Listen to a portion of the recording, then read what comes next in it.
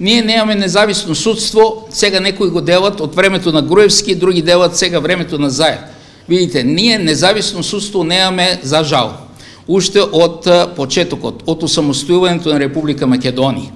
И за това, како доказ дека ние немаме такво судство, еве за последните 27 години е докажано дека 15 милиарди евра са украдени от државата.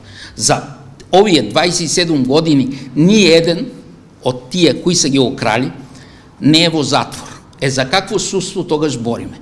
Така шо судството не е станало такво политизирано во времето на Груевски или сега на времето на Заев. Тоа става уште по циркузанско, уште по-смешно, но проблемот е дека ние 27 години немаме независно судство. Така шо ништо не може да очекуваме, нито со присудата во понеделник, нито со вчерашната присуда, знаете, за 9 години, нито па денешната присуда. Тоа е се, за жал, политичките, тука са политички процеси, не са судски процеси.